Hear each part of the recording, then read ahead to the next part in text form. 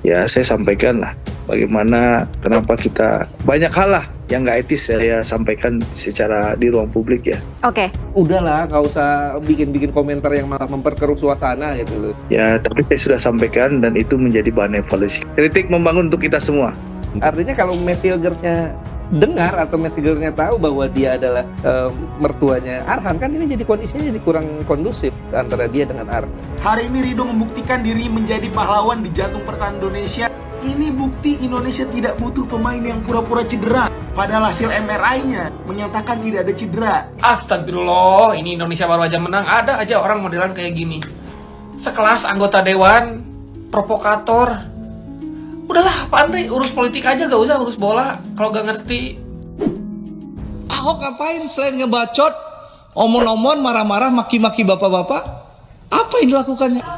Asal sidang terbuka, sampai hari ini gak ada yang berani panggil gue DPR. Kenapa? Takut ya lu orang, gue bilangnya. Kenapa Anda keberatan? Kenapa Anda ketakutan? Jangan-jangan Anda perwakilan yang pelaku-pelaku pengoplosan itu? Siap. Awas cek lu biar nak langka solar. Pengawasan edukasi ke operator ini juga. Ya memang harus ada permen.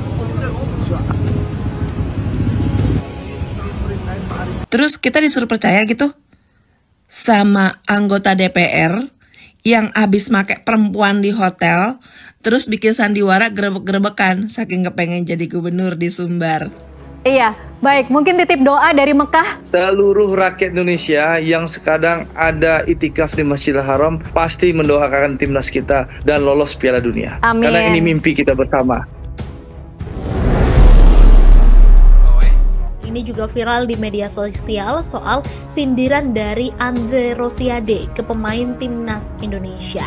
Jadi Andre Rosiade ini sempat membuat unggahan Tribuners yang menyebut kalau ada pemain timnas Indonesia yang berpura-pura cedera. Nah, hal ini lantas memancing komentar dari halayak ramai di media sosial. Udahlah, nggak usah bikin komentar yang malah memperkeruh suasana gitu loh. Justru yang nggak nasionalis itu messenger atau mereka-mereka yang bikin suasana jadi nggak enak di timnas gitu. Maksud lu Andre Rosiade? Lah, logikanya kan gini gitu loh. Di situ ada anaknya kan, anak menantu. Artinya kalau messengernya dengar atau messengernya tahu bahwa dia adalah mertuanya Arhan, kan ini jadi kondisinya jadi kurang kondusif antara dia dengan Arhan. Udahlah, jangan terlalu jadi paranormal lah. Di timnas kan ada tim medis. Masa nggak percaya? Masa nggak percaya dengan mereka gitu loh. Ini bahkan eskalasinya sampai ngebikin pihak rumah sakit ada statement ya? Iya, pihak rumah sakit menyatakan ibaratnya hasil-hasil medis begitu nggak mungkin diumumkan kepada publik, dan itu adalah sebuah kerahasiaan ya. Astagfirullah, ini Indonesia baru aja menang, ada aja orang modelan kayak gini. Sekelas anggota dewan, provokator.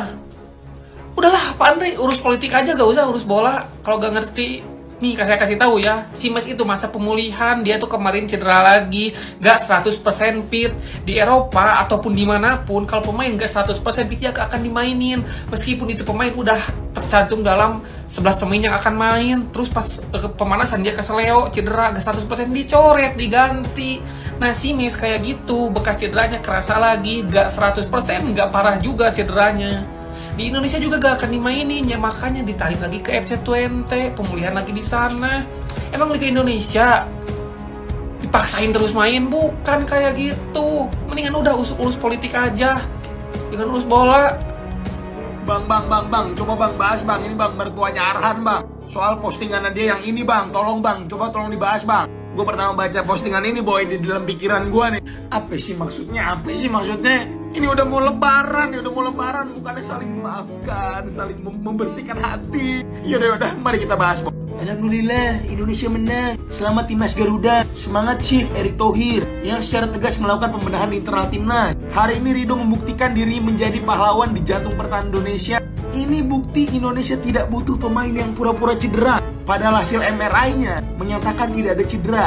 Yang gak percaya silakan cek aja ke Rumah Sakit Mitra Keluarga Cibubur. Gue tahu maksudnya ke El Nyengir kan, Mesilkers kan. Gue tahu maksudnya ke situ. Kalau emang hasil MRI terbukti dia itu nggak cedera, sesuai dengan pernyataan Anda ya Bapak Didi Kasim. Maksud gue Pak Andre Rosiade. Buktiin aja ke publik, buktiin. Kasih unjuk gitu ke media. Nih lo buktinya lo kalau misalnya El Nyengir tuh pura-pura cedera. Hasil MRI yang membuktikan kalau dia itu sebenarnya nggak cedera. Pemain grade A, harga paling mahal, dibeginiin. Sadar tidak sadar ya Bapak Andre ya, statement antum itu cuma ngerusak momentum kali ini. Yang timnas kita lagi menang, everybody happy. Tapi lu datang seperti sebuah noda, setitik noda di sebuah kain putih yang bersih. Kita semua lagi seneng, lu datang begini. Coba kalau misalnya emang bener ya terbukti, coba tolong buktiin ke media aja, oke? Segitunya amat gara-gara mantunya kagak masuk DSP. So, mereka yang baru terkait dengan statement dari Pak Andre Rosiade ini, tulis di bawah ya. Di mana seperti diketahui bahwa timnas Indonesia ini berhasil mengalahkan Bahrain 1-0 di Stadion Utama Gelora Bung Karno Senayan pada Selasa 25 Maret kemarin, di mana gol tunggal timnas Indonesia ini lahir dari aksi Ole Romeni pada menit ke-24 setelah memanfaatkan umpan dari Marcelino Ferdinand. Dan kemenangan ini juga menjaga asa peluang timnas Indonesia lolos Piala Dunia 2026 Tribuners. Dan saat ini timnas Indonesia berada di peringkat keempat klasemen grup C kualifikasi Piala Dunia 2026 zona Asia dengan koleksi 9 poin. Nah, atas perolehan tersebut, Andre ini mengapresiasi timnas Indonesia, di mana mertua dari Pratama Arhan itu mengucapkan selamat kepada Ketua Umum PSSI Erick Thohir. Tapi dalam postingannya, Erick menyentil sosok pemain yang pura-pura cedera. Dan hingga kini juga Andre Rosiade belum memberikan penjelasan lebih lanjut Tribuners tentang siapa pemain yang disentilnya dalam postingan. Tapi unggahan itu sudah ramai dikomentari netizen sampai 33.000 lebih pengguna Instagram. Dan unggahan ini juga mendapatkan reaksi nih dari Dr. Tirta, di mana dalam unggahannya di X, Dr. Tirta menyebut kalau postingan Andre Rosiade ini adalah hal yang tidak perlu.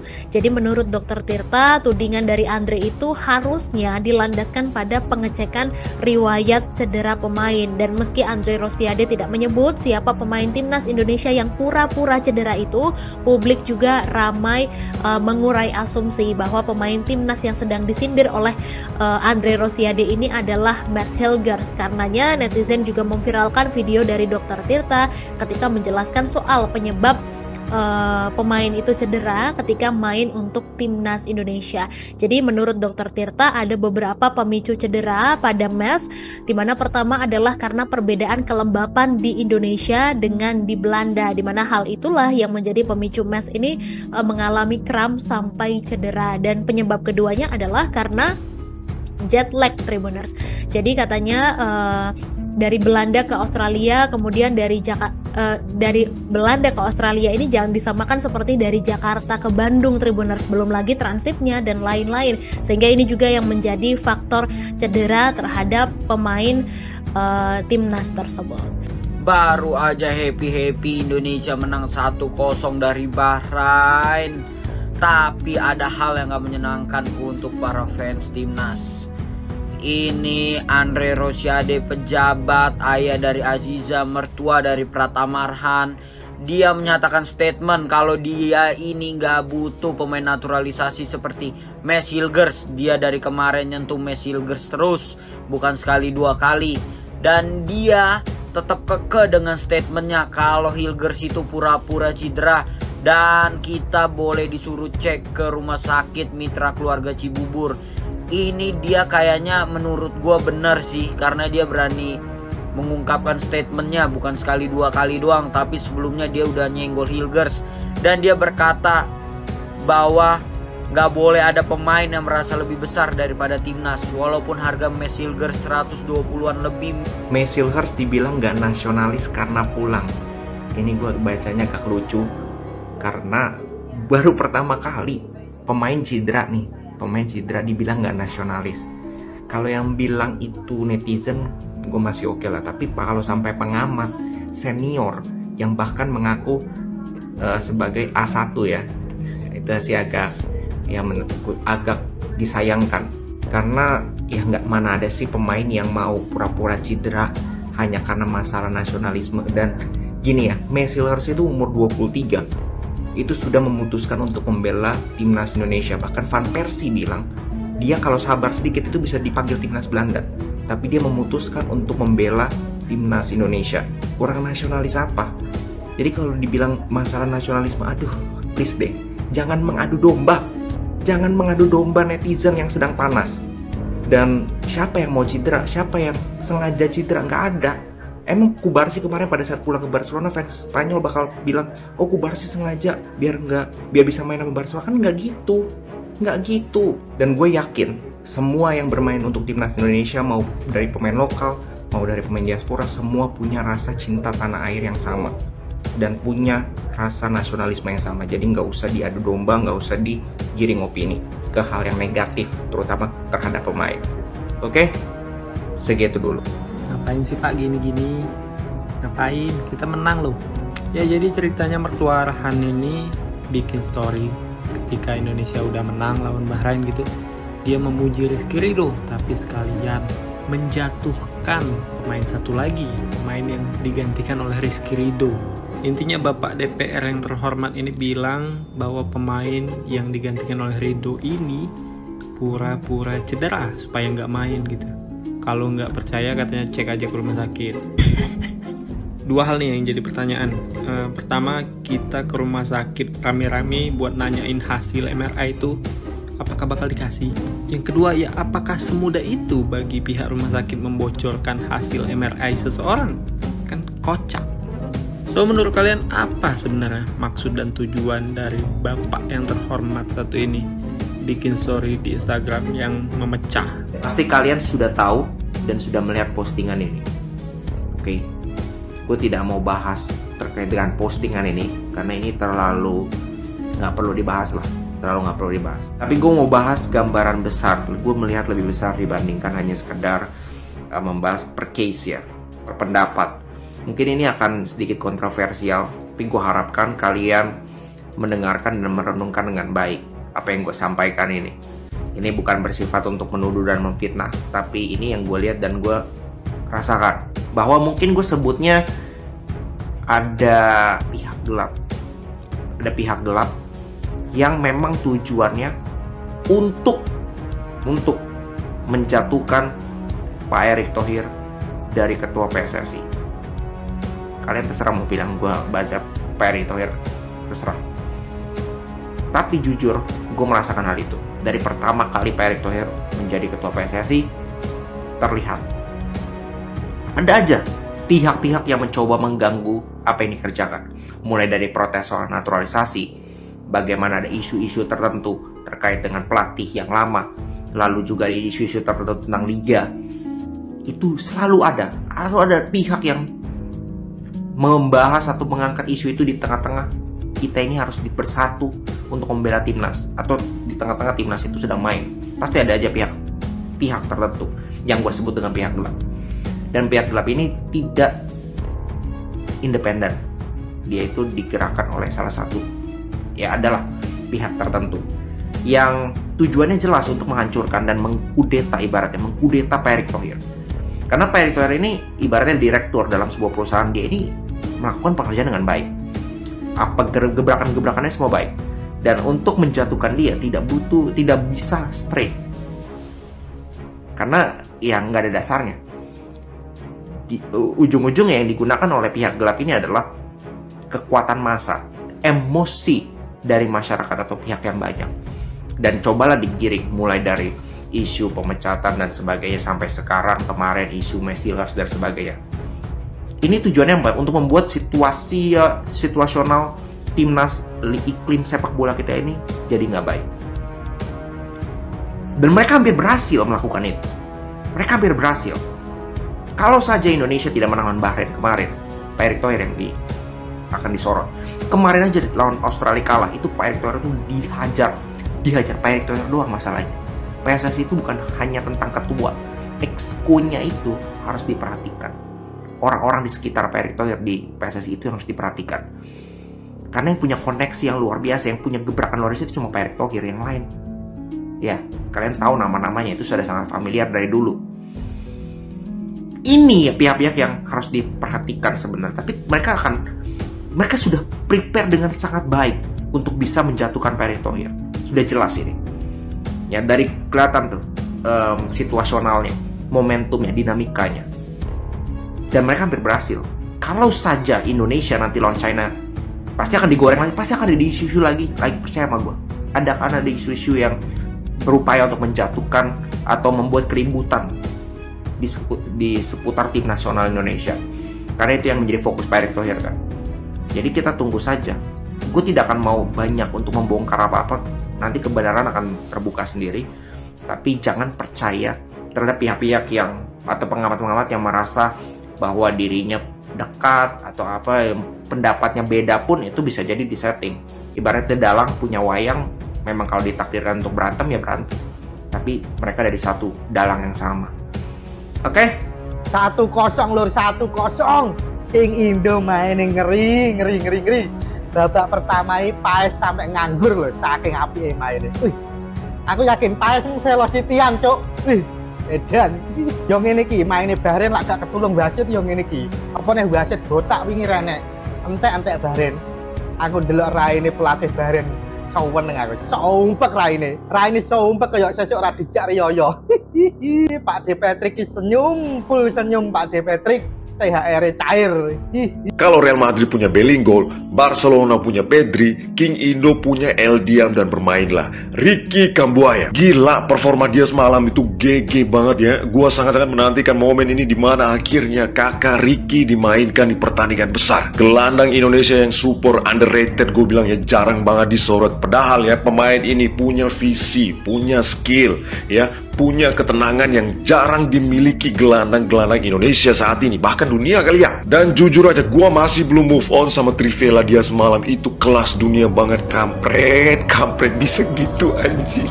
Kakak Ricky itu terlalu gagah. Kakak Ricky sumpah itu kalau misalkan dikonversikan gol oleh Eliano, aduh bakal keren banget itu asli. Pokoknya selamat buat kakak Ricky Kambuaya. Satu pesan saya kakak Ricky, tetaplah konsisten. Dan kakak Ricky itu adalah bukan sekedar pemain ya. Kakak Ricky itu adalah aset dari Katong di Timur ya. Kakak Ricky itu adalah mutiara Indonesia Timur.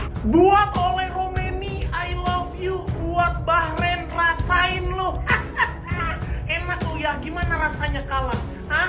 Panik ya? Panik nggak? Panik lah, masa enggak? Pulang dengan air mata. Dengan hasil ini, timnas Indonesia naik ke peringkat 4 ya guys ya. Oh ya, selamat buat Bang Aditko, dapat jersey dari gua. Langsung DM ke gua ya bang, alamat lengkap abang. Buat yang kalian mungkin belum terpilih, kalian gak usah marah, gak usah kesel, karena gue cuma nyediain 1 jersey. Dan setelah gue pilih secara acak, abangnya yang dapet. Berarti belum rezeki kalian. Gimana nih menurut kalian? Siapa pemain yang bagus banget hari ini mainnya selain Bang Oleh? Kalau gua jelas Rizky Ridho, produk Liga Indonesia nih bos. Kagak kaleng-kaleng itu abangku. Gimana nih menurut kalian? Tulis di kolom komentar. Dadah. Halo Pak Clifford. Nah ngene lho Pak, main Indonesia mantap. Formasi ini genah, ora gambling kaya wingi. Nggih di pertahanan ya Pak ya. Karo ini Pak, ngapunten wingi sempat mikir jenengan botoh ya Pak. Sempat mikir sampean penjudi ulung masang Australia. Ngapunten, iki matur suwun sangat 3 poin ke Indonesia nggih Pak. Tolong di pertahanan, ojo masang nah ya Pak ya. Nggih. Karo ini prediksi Jepang Indonesia padang apa peteng Pak niki Pak. Halo Pak Clifford. Makan tuh ya Total Football. Kembali lagi ke setelan awal ya, main direct football, counter attack ya. Udah gue bilang apa, Pelu Pesi itu ya cocok main sama Tom Haye bareng. Lihat kan, Tom Haye lebih leluasa kasih passing, kasih umpan ya. Anjir cok. Itu gol ya, umpannya Tom Haye. Visioner. Apa? Terbukti lagi Bang Jai lebih enak duet sama Ridho ya. Baguslah Clevert ya. Denger ocehan gua waktu yang kalah lawan Australia, mainin Pelu Pesi, duetin Ridho sama Bang Jai, udah paling bener. Mantap Clevert ya. Mainnya juga ganti, bukan Total Football, counter attack direct football. Anjay, Ricky Kambuaya mantap juga coy. Trivela itu kalau masuk ya udah sekelas Modric coy. Singkat dan padat, King Indo is back. Buset dah, gimana rasanya Bahrain? Gimana rasanya Bahrain? Pedi ulur-ulur waktu, gimana rasanya? Enak gak? Ya, King Indo menang 1-0 lawan Bahrain ya guys. Yang ngegolin di sini ada Ole Romeni, 2 match 2 gol. Buset, bener-bener 3M banget ya guys ya. Dan juga ada back-back itu ya, Bang Jai dan juga Rizky Ridho konsisten banget, dan juga Justin Hubner si preman anjir. Dan juga Joy Pelupesi, buset tentu Joy Pelupesi kenapa nggak dari kemarin masukin Joy Pelupesi itu diduetin sama Tom Haye. Buset tentu kokoh banget weh rasanya. Tom Haye ngatur ritme permainan, Joy Pelupesi jatuh-jatuhin semuanya coba dibantai-bantai itu sama Joy Pelupesi weh. Set, dan juga ada pemain yang dimana tuh kagak disorot tapi emang GG banget ya, itu adalah Ricky Kambuaya weh. Top weh Ricky Kambuaya, kakak Ricky GG banget weh. Set dah, kalau kayak gini cara coy, kita masih ada peluang untuk ke next round di Pildun ya guys ya. Tetap dukung King Indo di Pildun guys, kita kawal King Indo ya guys ya. Set dah, masih gak nyangka jujur aja coy ya, punya striker sejago Ole Romeni weh.